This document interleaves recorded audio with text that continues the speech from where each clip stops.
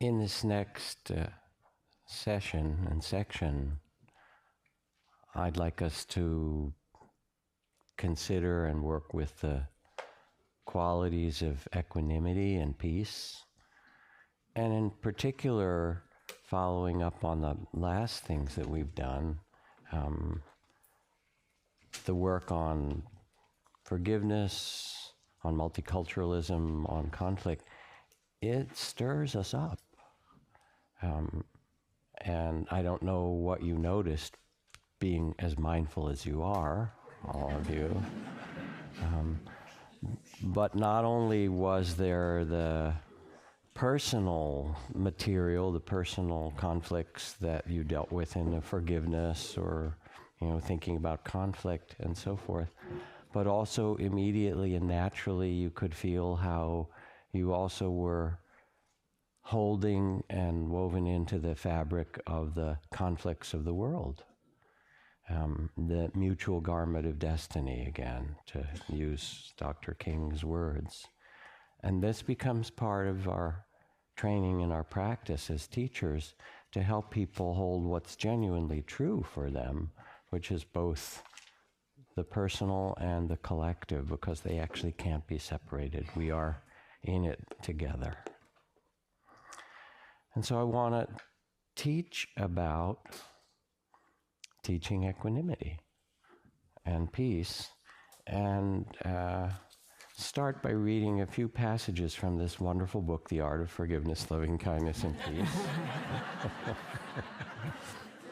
which, for your listening sake, only has a few short words on every page.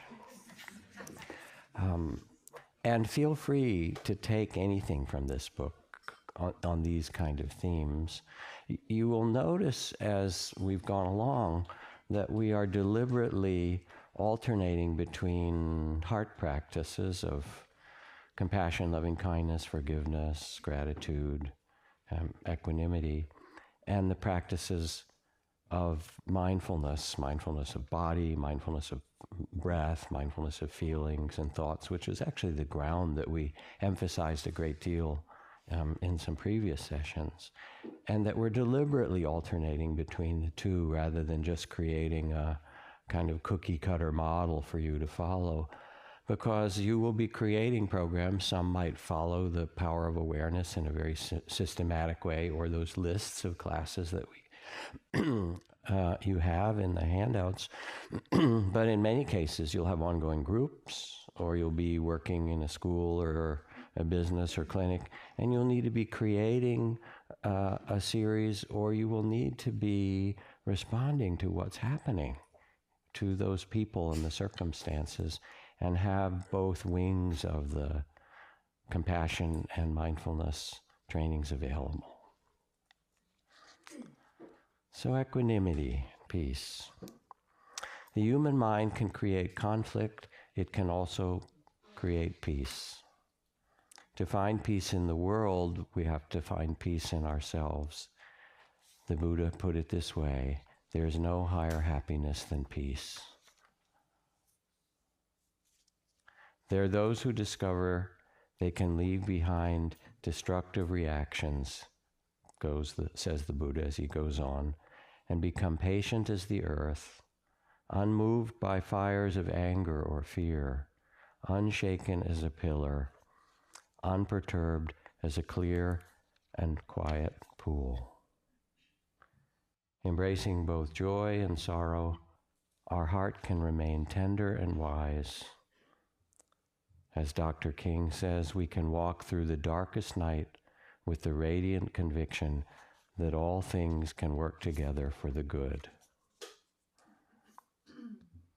Peace is not an absence of change or difficulty. It should not be confused with withdrawal or indifference to life. Withdrawal is not true inner peace. My teacher, Ajahn Chah, talked about our training and our practice as stopping the war. He said, we human beings are in conflict, in battle, at war with so many things, with one another, with our ideas, with our ideals, with our wishes, with our hopes. we're in conflict with when it's too hot and when it's too cold, and how it tastes and how it sounds and how they are. He said, why not step out of the battle, step off the battlefield, stop the war, find the place of peace that's beyond and around, that's larger than all those conflicts. Why not live in peace?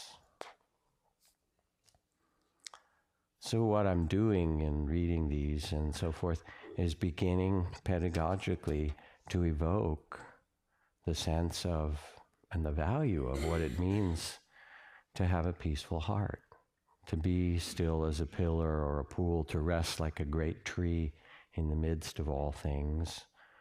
Or as Thich Nhat Hanh has said, and we've repeated a number of times, when the crowded Vietnamese refugee boats met with storms or pirates, if everyone panicked, all would be lost. But if even one person on the boat remained centered and calm, it was enough. It showed the way for everyone to survive. And of course, we know who that one person is. A little poem for you to give perspective. Perched on the muzzle of a cannon, a yellow butterfly is slowly opening and shutting its wings. And we can direct our attention to conflict in ways that are unhealthy, get engaged and caught in it, or we can also find a whole other way to be. And finding peace in a time of anxiety, which there is personally, globally, amidst the 10,000 joys and sorrows and the messes that humans make and the sorrows that humans create, and the magnificence and the unbearable beauty of life, is the gift of practice, the gift of these teachings.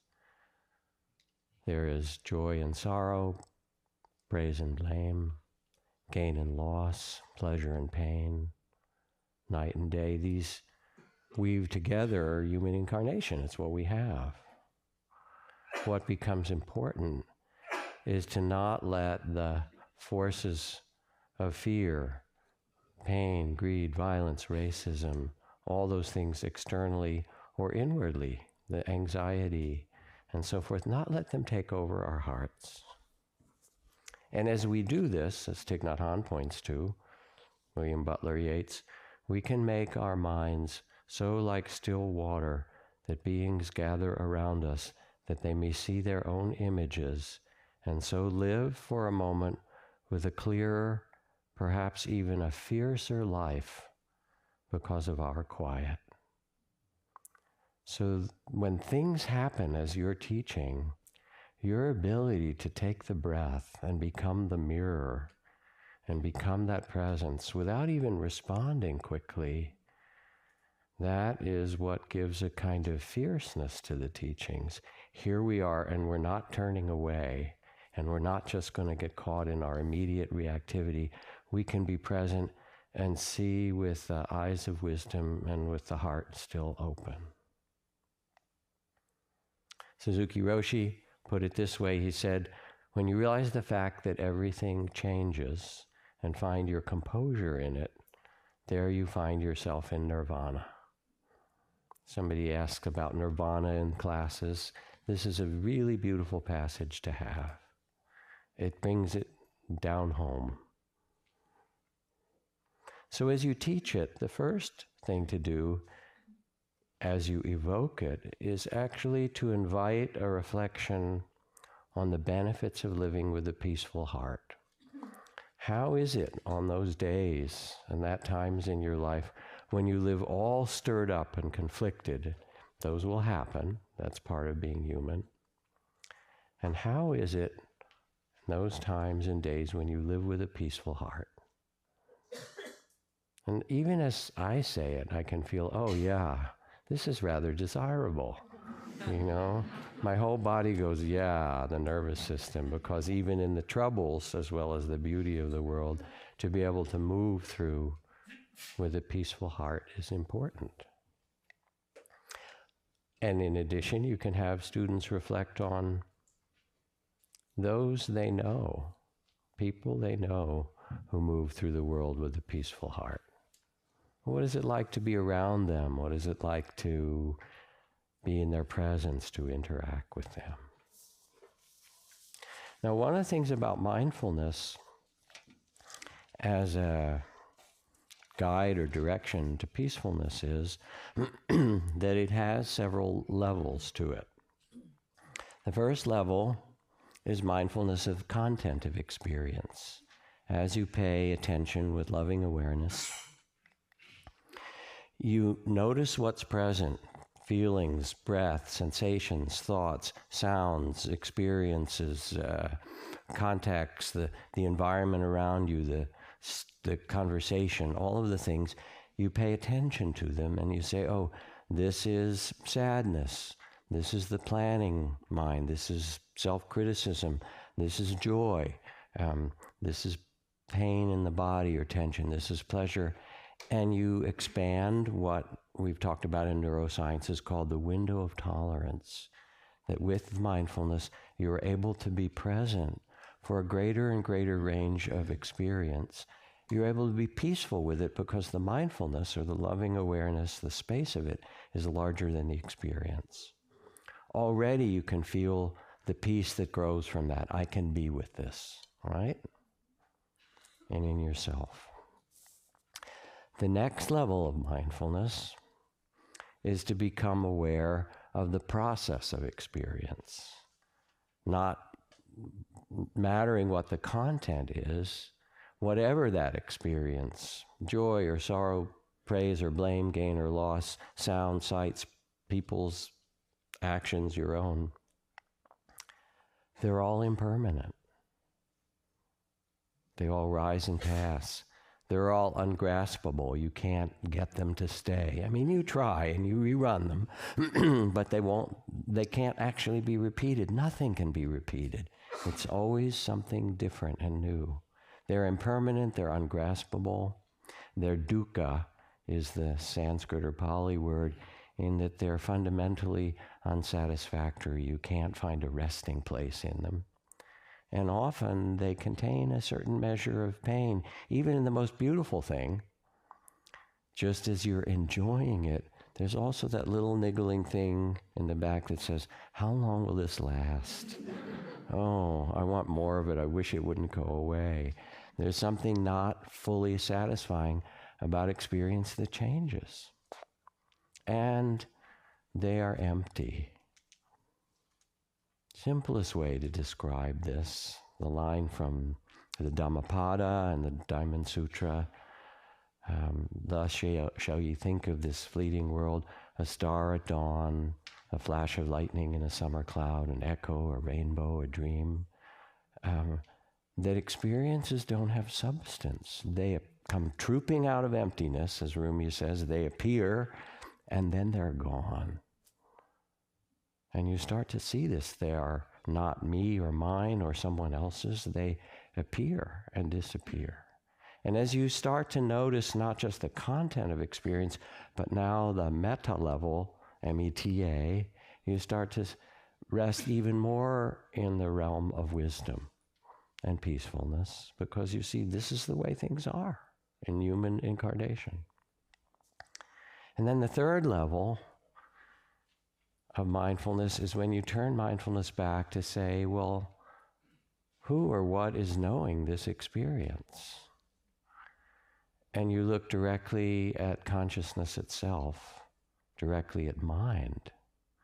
And as I believe I've said in previous sessions, my teacher Ajahn Chah, after practicing in the forest and the jungles for a long time, having all kinds of experiences, meditation, light and samadhi and jhana and, good things and difficult things, went to see the greatest master of his day, another Ajahn Mun, told him about all his experiences and said, what do you think? And like, how am I doing, right? And Ajahn Mun looked at him and said, Cha, you've missed the point. Those experiences are just experiences, even glorious ones. They're like movies. You have a romantic comedy and a war movie and a documentary You know, they appear on the screen and disappear. The only liberating question to ask at the deepest level is, to whom do they happen? Turn your attention back to the one who knows. Become the knowing itself. This is the original mind, it's called. And this is consciousness itself, which is timeless, unborn, ever present. And from this place of witnessing, it's not even you if you look deeply. It's not I'm witnessing. It is consciousness itself. And if I say, try to stop being aware, maybe we've done this before in one of the other classes. All right, do everything you can. 1, 2, 3, I'm going to count. Stop being aware. Close your eyes, squint your whatever. Not going to be aware. You can't do it. Even in deep sleep, someone could say, Tara, Tara. And she wakes up. There's something there that is ever present, that was born into you, that will depart this human form. And when you shift identity to become the consciousness itself, not as an I, but to know that this is what presence is, that becomes even more liberating and more peaceful. And then there's a move from that back, as it says in the Zen ox-herding pictures, to come back down the mountain to enter the marketplace with bliss-bestowing hands. From this place you go, well, here we are in this mystery that's both form and emptiness, that's both our humanity with all its beauty and its struggles, and the consciousness that gives birth to it, that knows it. And we are all of this. So now let me tend it.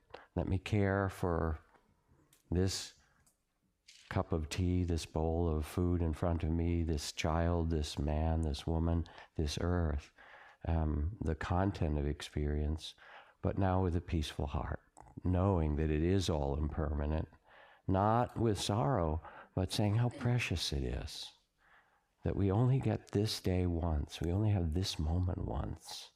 And how do we tend this mystery that we are somehow allowed to be a part of? Now, there are some very important misunderstandings about equanimity that you need to teach to people as well, which are called the near enemies. One of the near enemies is indifference. It masquerades as equanimity. Well, who cares about things, you know? But that's just a withdrawal or a kind of unwise detachment, which I used as a young man because my family was so painful. I became quite detached from things as a teenager. And it wasn't actually healthy. I wasn't able to feel the fear or the pain very much. I just kind of withdrew from it all. Okay, I'm above it all. It all came out later, sorry to say. But indifference is not equanimity. It's actually based on fear and shutting down. And withdrawal is not based on equanimity. It's based on a shell or separation.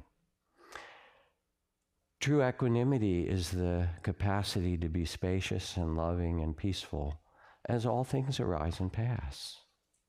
People are afraid that if they become peaceful, they become passive, or that in equanimity they will lose control, or they're unfamiliar with this weird state.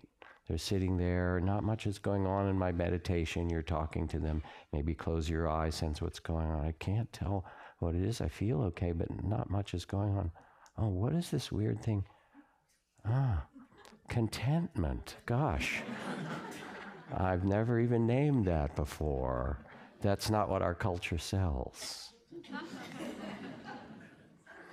Equanimity is a balance for metta. It's taught in this way too. If you do lots and lots of loving kindness practice and compassion practice, one of the things that can happen is that you can fall into an attachment. Oh, I love these people, I love this person, I so care so much, and the love turns into a kind of attachment. And then you do the equanimity practice, and it says your happiness and suffering depend on your actions and your thoughts and not my wishes for you. You realize that you can love someone tremendously, but you can't love for them. You can't fix them. I know you tried, but it doesn't work. And so you find that that excess attachment that grows, or that can, with just cultivating love, needs to be balanced with wisdom of equanimity. Now, equanimity has different dimensions to it. It has vastness to it, or space. The traditional image, when you put salt in the pond, when you put salt in a cup of water and drink it, the water is really salty, but that same spoon of salt in a pond, and the pond is clear and refreshing. You make the mind spacious and vast. There's a timelessness to it as well. It releases us from the bondage of time. Aldous Huxley says, an idolatrous religion is one in which time is substituted for eternity. The idea of endless progress is the devil's work, demanding human sacrifice on an enormous scale, where we're always looking to the future, and we don't have a sense that we already rest in the timeless eternal. There's only this moment. This is it. And it's not out there. It's here. We can make progress. We can do beautiful things, but we can do them from a place of peace in ourselves, of appreciation of the forests and the trees and the children and one another, and the care for this human realm. Equanimity has ease in it. The Taoists call it easy come, easy go. Some children were playing beside a river. They made castles of sand, and each child defended his castle and said, "This one is mine." And they kept their castles separate. You may have noticed this. Wouldn't allow any mistakes about whose was whose. And when the castles were finished, sometimes they had battles, and one child kicked over another, and the other owner of their castle flew into anger. He spoiled my castle, and they all got in conflict. And then their mothers called. It was getting dark. It was evening, and they all thought they had to go home. And no one cared what happened to their castle anymore. One child stamped on his, and another pushed over with his hands. And then they turned away, and each went back to their home. Little description of some part of our human world here, right? But instead, it's possible to disentangle, to rest in ease, to find a way to say things are created and they disappear. Companies, adventures, whole civilizations. I mean, think about it. You know, remember Y2K, the year 2000? It was a big deal. Where is it now? It's back with the pyramids and the dinosaurs. It appears and it vanishes. Your childhood, where is it? I mean, it impacted you, I know that, but it actually is gone in most cases, right? And with equanimity, you start to see, sometimes it's called with the eyes of a sage, with naive eyes. You rest and you see, isn't this an amazing dance? And not to make it superficial, it also has a great depth to it. Suppose, says Suzuki Roshi, your children are suffering from a hopeless disease. And this is really important when you teach others. Suppose your children are suffering from a hopeless disease. You do not know what to do. You cannot lie in your bed. Normally, the most comfortable place for you would be a warm, comfortable bed. But now, because of your mental agony, you cannot rest.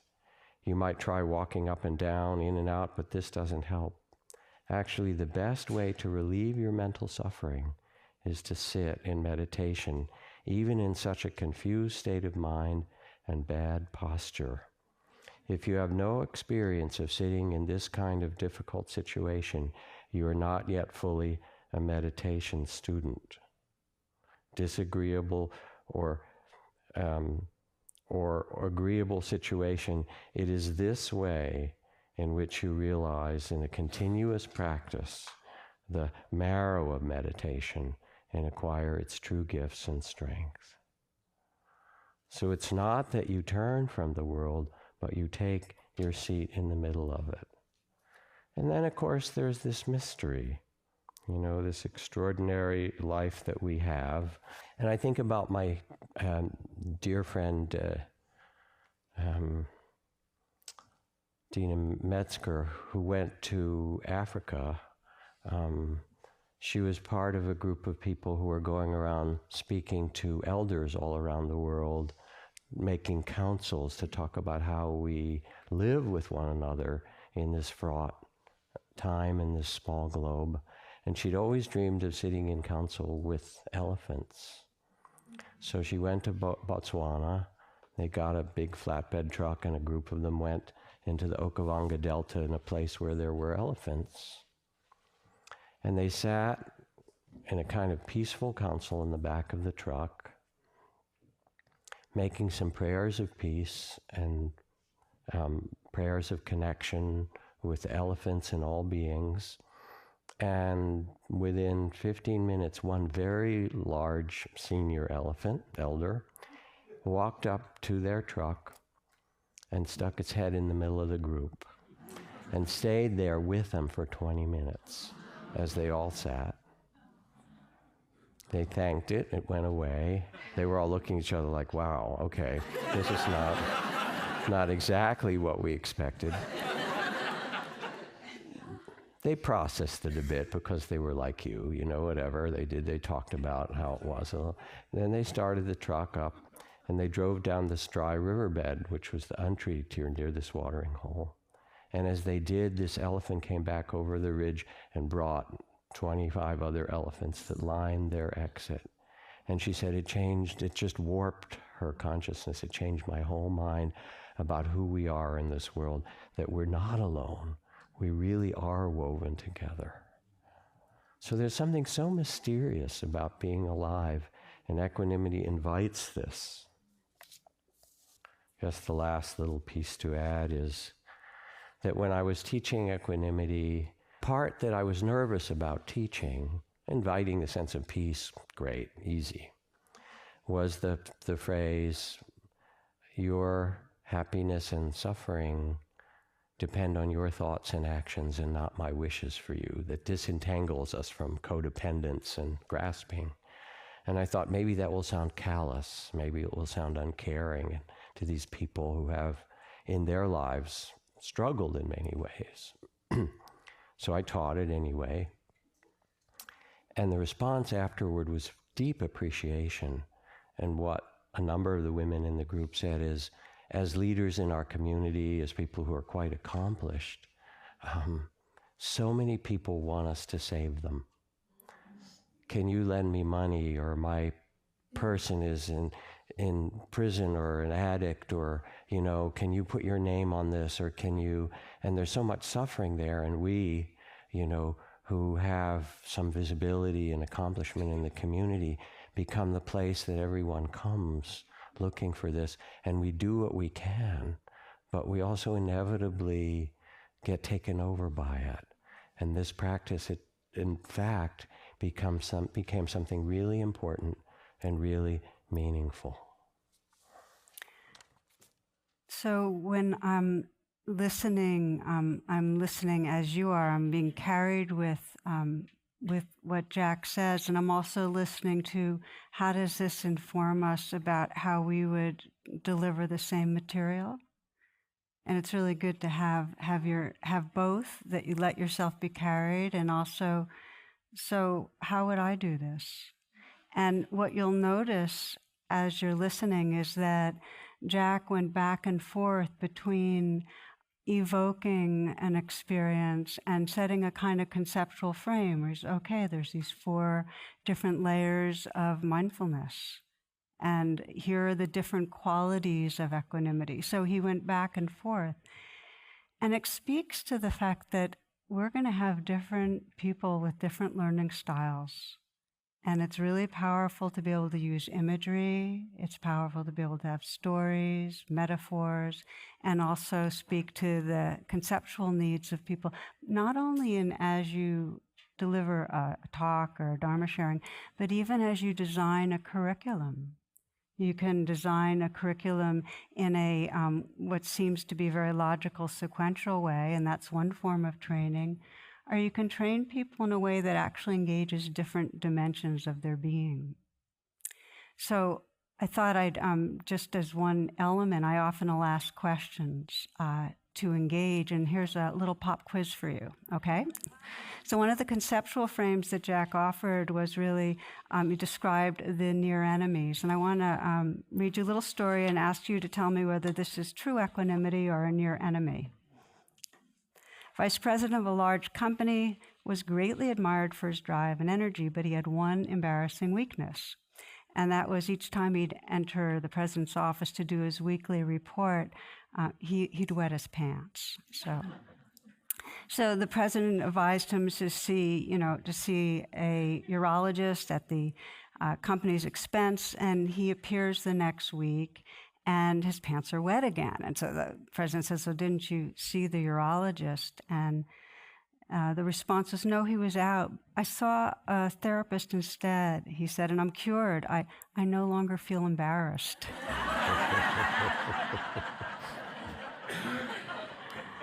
Okay, so let's take a vote.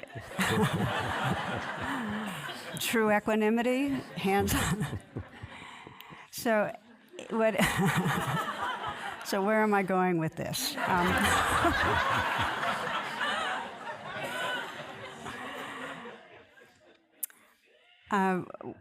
What I really wanted to name a few other pieces, which is that once somebody gave a talk like Jack on equanimity and pointed out the near enemies and so on, and still an older woman came up to me afterwards and said, if Buddhism is about equanimity, it's not for me. It just strips away the richness.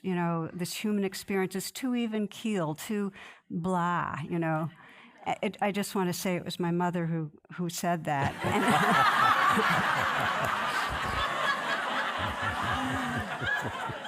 And she had been to about 10 retreats, and I promise you that all the kind of what Jack mentioned was there, and yet it is what people think. They think equanimity means everything's equal and there's not aliveness.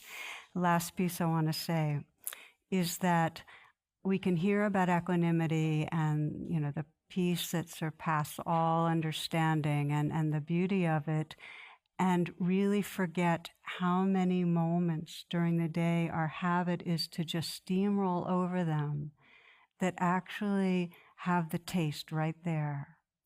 And this has been described by Ajahn Buddhadasa as everyday nirvana.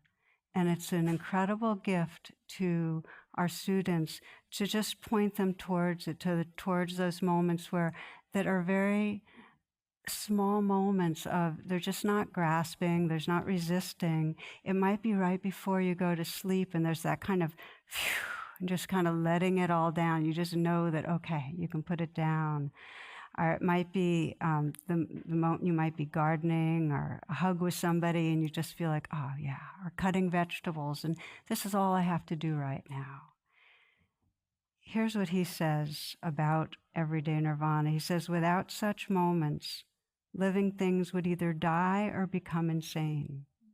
Instead, we survive because there's natural periods of coolness, of wholeness, of ease. It sustains us. So to get familiar with those moments, instead of being like that kind of having this like motorboat and we're trying to get somewhere, just know we can kind of ratchet it back some, that where we're trying to get is here.